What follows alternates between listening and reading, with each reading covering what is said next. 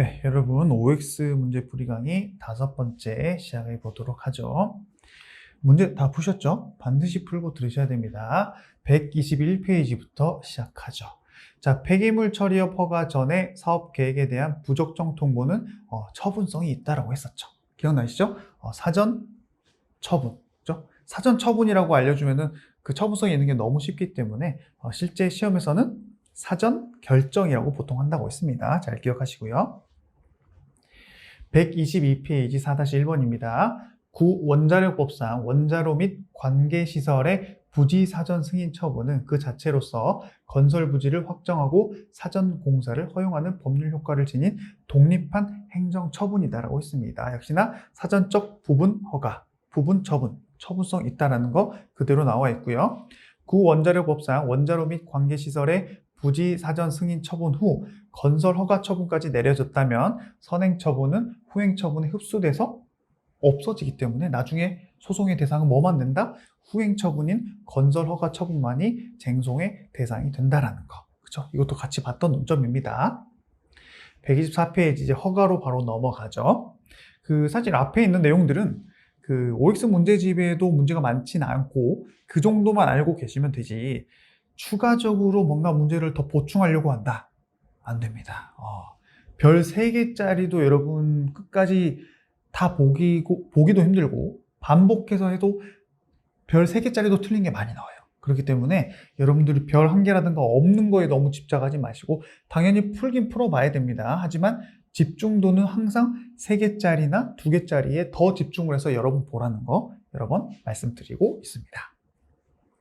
1-1번 허가는 일반적 금지를 해제해서 본래의 자유를 회복시켜주는 명령적 행위라고 할 수 있다라고 해가지고 우리 계속 봤던 거죠? 잘 기억하시고요. 2-1번 허가 등의 행정처분은 원칙적으로 처분 시의 법령과 허가 기준에 의해서 처리되어야 하고 허가 당시 기준에 따라야 하는 것은 아니다라고 하면서 비록 허가 신청 후에 허가 기준이 변경되었다 하더라도 그 허가 관청이 허가 신청을 수리하고도 정당한 이유 없이 이거 아주 예외적인 거죠.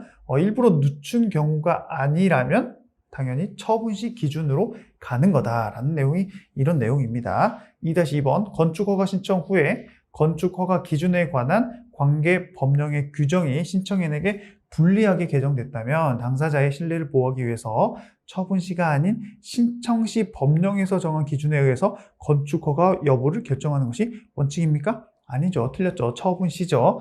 이게 제재적 처분이라면 모를까? 이거는 일반적인 건축 허가 신청이기 때문에 당연히 처분 시, 신청 시가 아니라 처분 시로 가게 되는 겁니다. 4-2번 접도구역 안에서 건축을 하기 위해서는 건축허가청으로부터 건축법상 건축허가를 받는 것으로 충분하다라고 했는데 실제로 이런 지문은 약간 좀 뭐랄까요? 자주 나오지는 않지만 또 약간 어렵게 나온 지문이라 볼 수 있습니다. 왜냐하면 실제로는 여기 밑줄 그어진 이 내용 자체가 지문에 더 많이 나오거든요. 우리가 상대적 금지 해제에 불과하기 때문에 다른 법에 의한 금지까지 허가가 다 풀리는 것은 아니다. 이게 이제 포인트인데 여기서는 접도구역 안에서 건축을 하기 위해서는 건축법상 건축허가뿐만 아니라 그 접도구역 안에서도 건축을 할 수 있는 별도의 허가를 받아야 된다라는 그러한 상식이 좀 들어있어야지 풀 수 있는 문제인데 아주 오래전에 이렇게 7급에서 나온 적은 있는데 그래도 혹시 모르니까 제가 여러분들에게 소개를 좀 해드렸어요. 5번 허가를 받지 않고 행한 영업행위는 행정상 강제 집행이나 처벌의 대상이 되지만 행위 자체의 법률적 효력은 영향을 미치지 않는다. 그렇죠? 사법적 효력은 그대로 효력이 유지된다라는 말이 이런 내용입니다. 6번 판례에 갈 때 식품위생법상 일반 음식점 영업허가는 재량행위로 보고 있지 않다라고 해가지고 자, 식품위생법상 일반 음식점 영업허가는 성질상 일반적 금지 해제에 불과하기 때문에 허가권자는 허가 신청이 법에서 정한 요건을 구비한 때는 반드시 허가를 해야 된다라고 해서 허기특제에 대한 대표적인 예가 이거라고 보시면 됩니다. 아시겠죠?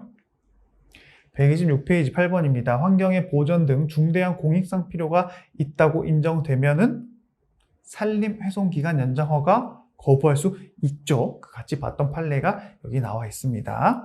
다음 10-1번 건축허가는 원칙상 기속행위지만 중대한 공익상 필요가 있는 경우 예외적으로 건축허가를 거부할 수 있다. 예외적으로 그런 부분만이 기속이 아니라 재량적 성질로 가가지고 거부가 가능하다는 겁니다. 사실 이런 논리들은 여러분들이 저랑 같이 압축 강의를 들었거나 기본서 내용을 쭉쭉 봤다면 바로바로 풀 수 있어야 되는 문제들이에요. 127쪽 11-1번입니다. 허가에 붙은 기한이 그 허가된 사업의 성질상 부당하게 짧은 경우, 제가 말씀드린 것처럼 부당하게 짧은 경우 그 문구가 그대로 나온다고 했었죠. 그때는 허가 조건의 존속 기간으로 봐야 된다라고 해서 맞는 내용이고요. 허가 기간이 연장되기 위해서는 그 종기가 도래하기 전에, 끝나기 전에 허가 기간의 연장에 관한 신청이 있어야 된다 했죠. 만일 그러한 연장 신청이 없다면 그거는 그 종기, 끝나는 기간이면 끝난 거예요. 그 내용이 여기 나와 있습니다. 11-3번. 제가 말씀드린 내용이 또 그대로 나오죠. 만약에 처음에는 기간이 짧았는데 갱신 되다 보니까 나중에 결론적으로 길어졌다면 행정청은 나중에 재량권 행사해가지고 더 이상 갱신 안 해줘도 된다라는 내용이 여기 나와 있는 거죠. 특별히 설명 필요 없고요. 128페이지 13-1번입니다. 허가가 갱신된 이유라고 하더라도 갱신 전에 법 위반 사실을 이유로 허가를 취소할 수 있다. 왜냐? 갱신이면 새로운 처분을 내린 게 아니라 기존의 허가가 쭉 연결됐다라고 했었죠. 그 내용이 여기 나와 있습니다. 13-2번 유료 직업 소개 사업의 허가 갱신 후에도 갱신 전 법 위반 사실 근거로 허가를 취소할 수 있다. 같은 내용입니다. 129페이지 15-1번입니다. 대법원은 양도인, 양수인 사이의 책임의 승계는 인정되지만 법적 책임을 부과하기 이전 단계에서의 제재 사유 승계는 안 된다고 했습니까? 다 된다라고 했었죠. 그렇기 때문에 이런 거 나오면 바로바로 맞춰줘야 되고요. 130쪽 16번입니다. 양도인의 위법 행위로 양도인에게 이미 제재 처분이 내려진 경우에 영업 정지 등 그 제재 처분의 효력은 양수인에게 당연히 다 간다라고 했어요. 이거는 다 여러분들이 결론만 쭉쭉 알고 바로바로 맞추셔야 됩니다. 17번 주유소 허가의 양수인은 양도인의 지위를 승계하므로 양도인에게 그 허가를 취소할 법적 사유가 있다면 당연히 양수인에게도 그대로 유지가 된다. 역시나 마찬가지고요. 예외적으로 요것만 기억하시랬죠. 회사 분할 그때는 안 된다라고 했어요. 아시겠죠? 바로바로 이게 제가 이제 순서대로 했기 때문에 여러분들이 객관식 지문이 이런 식으로 나온다고 보시면 됩니다. 이게 2번으로 들어갈 수도 있고 3번으로 들어갈 수도 있겠죠. 잘 기억하시고요. 다음 131페이지 21-1번입니다. 개발 제한 구역 내의 건축 허가는 기속행위다 라고 했는데 일반적인 건축 허가면 기속행위가 될 수 있겠지만 개발 제한 구역 내기 때문에 재량행위가 된다 했죠. 왜냐? 예외적 허가가 된다라고 했죠. 그죠? 기억나세요? 그래서 제가 개마학이라고 두 문자를 기억하시라고 한 게 바로 여기 문제를 위함이었습니다. 밑에도 마찬가지이기 때문에 바로 넘어가죠. 132페이지 특허로 갑니다. 3-1번. 공유수면 점용 허가는 특정인에게 공유수면 이용권이라는 독점적 권리를 설정해주는 특허다. 특허는 특제, 재량행위다. 라는 게 여기서 말하고자 하는 거고요. 133페이지 6번입니다. 귀화 허가는 강학상 허가에 해당하므로, 자, 귀화 허가 자체가 특허인데 여기서는 허가라고 했기 때문에 바로 틀렸죠. 그죠? 잘 기억하시고요. 또 특제이기 때문에 이렇게 재량까지도 갖는 겁니다. 아시겠죠? 134페이지 10번입니다. 출입국 관리법상 체류 자격 변경 허가도 대표적인 특허 사례라고 했습니다. 그렇기 때문에 이렇게 내려가는 겁니다. 아시겠죠? 바로 넘어가고요. 135페이지 인가로 갑니다. 당사자의 법률적 행위를 보충해서 그 법률적 효력을 완성시키는 보충적 의사표시가 인가다. 인가는 보충적 행위이기 때문에 신청을 해야지만이 당연히 인가가 내려질 수 있는 거죠. 사인들끼리 어떤 행위를 하고 그 행위가 효과를 발생하기 위해서 인가 신청을 해야지 해주지. 행정청이 그러한 행위를 찾아다니면서 인가를 해주진 않지 않습니까? 너무 당연한 건데 그러한 개념을 알아야지만이 맞출 수 있는 또 지문이기 때문에 소개를 해드렸고요. 5번 재단법인 정관 변경에 대한 행정청의 허가는 다른 법률 행위를 보충하여 그 법적 효과를 완성시키는 행위이다. 인가라는 뜻입니다. 다음 6번 토지 거래 허가 구역 내에 있는 토지에 관한 토지 거래 계약 허가는 학문상 인가다. 그렇죠? 인가의 종류에 대해서 지금 보고 있고요. 10-1번 137쪽입니다. 도시 및 주거환경정비법상 도시환경정비사업 조합이 수립한 사업 시행 계획인가? 조합이 했냐 아니면 토지자들이 개인들이 했냐에 따라서 달라진다고 했었죠. 근데 여기서는 조합이 수립한 사업 시행 계획 인가기 때문에 인가라고 봤습니다. 그죠? 아마 이 다음에 나와 있죠? 그죠? 이따가 나올 겁니다. 같이 보시죠. 다음 10-2번 도시 및 주거 환경 정비법에 따라 여기 있었네요.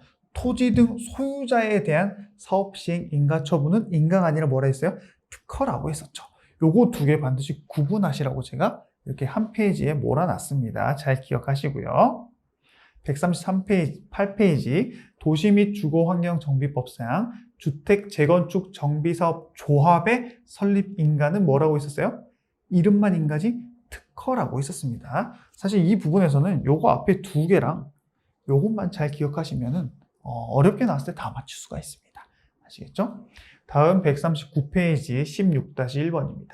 인가의 전제가 되는 기본행위에 하자가 있다고 하더라도 행정청이 적법하게 인가해주면 하자 치유된다? 안 된다라는 게 X고요.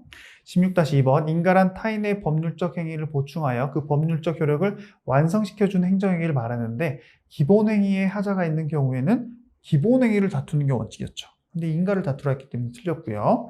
인가의 대상이 되는 기본행위가 실효된 경우에는 인가는 무효선언이나 취소 처분 없이도 당연히 효력이 같이 없어진다라고 했습니다. 잘 보시고요.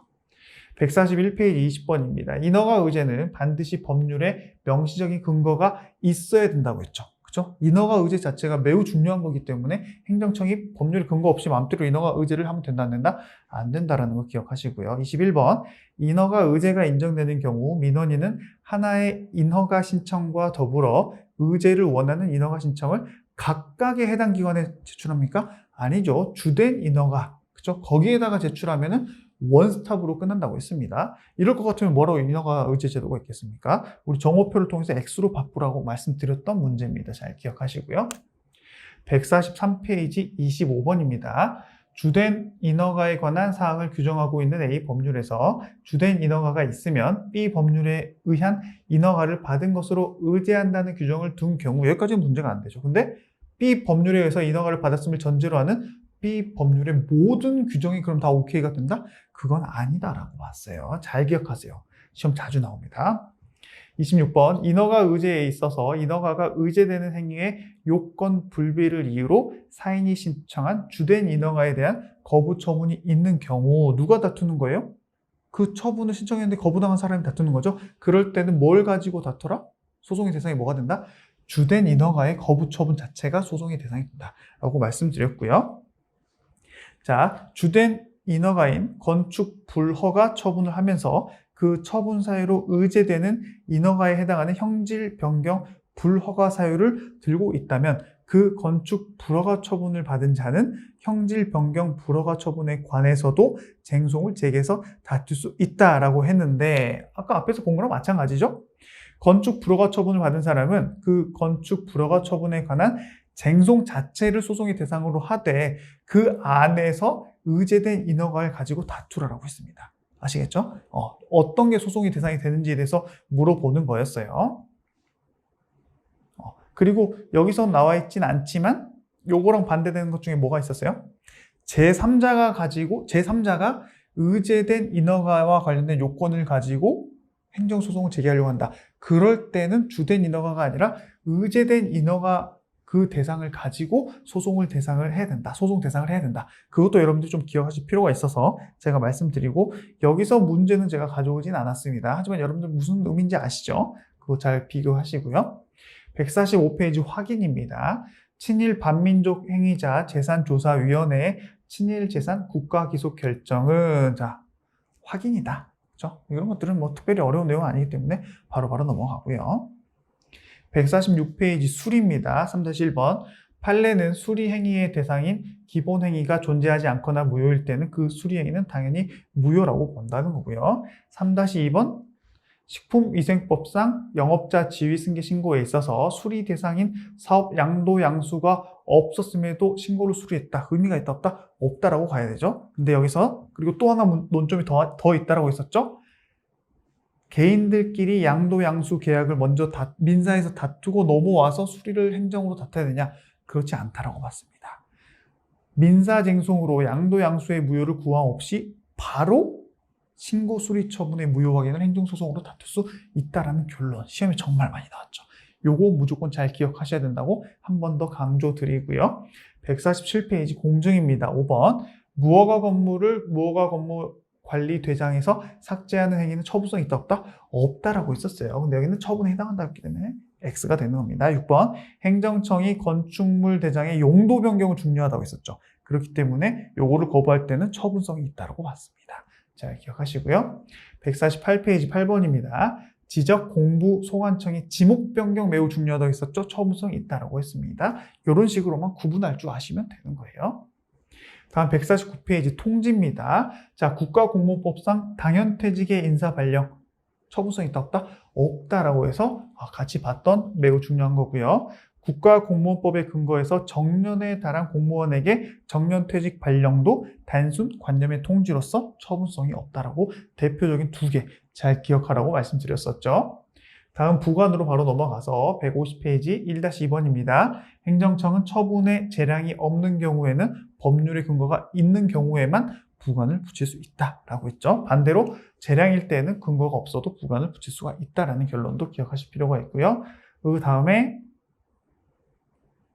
153페이지 철회권의 유보 봅니다. 7번. 행정행위의 부관으로 철회권의 유보가 되어 있는 경우라 하더라도 철회권 행사할 때는 마음대로 하면 된다, 안 된다? 안 된다. 철회권이나 취소권 행사에 기본적인 일반 원리가 적용이 된다. 그 일반 원리는 공익과 사익을 비교 형량하는 거라고 말씀드렸어요. 자, 8번 부담으로 갑니다. 처분 전에 미리 상대방과 협의를 해가지고 부담의 내용을 협약의 형식으로 정한 다음에 처분을 하면서 부관을 붙이는 것도 당연히 된다. 하지만 부관으로 붙여서는 안 될 전혀 관련도 없는 거를 붙여선 당연히 안 되지만 계약의 이름이라는 이름만 바꿔서 하는 것도 당연히 안 된다라는 결론도 잘 기억하세요.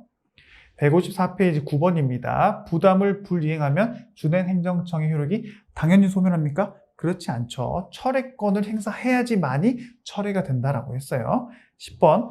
부담의 불이행을 이유로 행정행위를 철회하는 경우라면 이익 형량에 따른 철회의 제한이 적용이 된다라고 있습니다.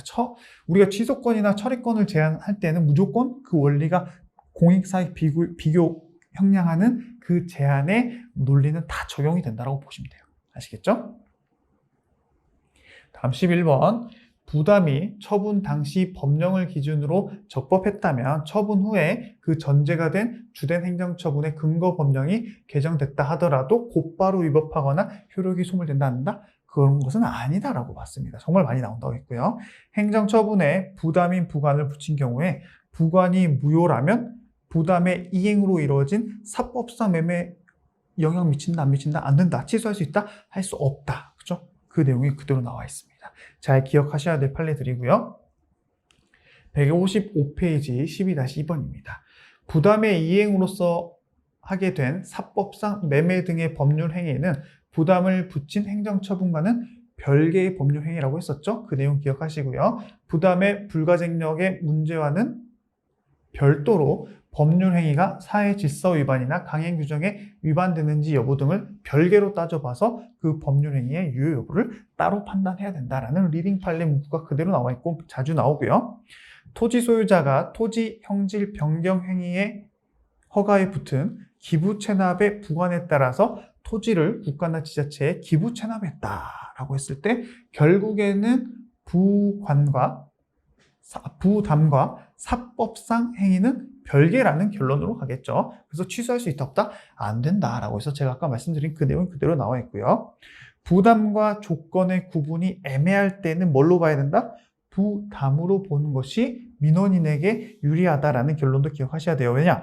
부담부 행정행위는 처음부터 행정행위의 효력이 발생하기 때문에 부담부 행정행위는 상대방이 의무를 이행하지 않는 경우라 하더라도 효력이 당연히 소멸되지 않죠. 그렇기 때문에 부담으로 보는 것이 더 유리하다고 보는 거예요. 근데 조건으로 가게 되면 해제 조건 같은 경우는 그게 만약에 일단 효력을 주지만 나중에 그거를 이행하지 않게 되면은 그 자체로 행정청이 철회권 행사하냐 안 하냐랑 상관없이 효력이 바로 없어져 버린다 했죠. 그러면 민원인에게 더 불리하기 때문에 이런 결론까지도 여러분들이 기억하실 필요가 있습니다.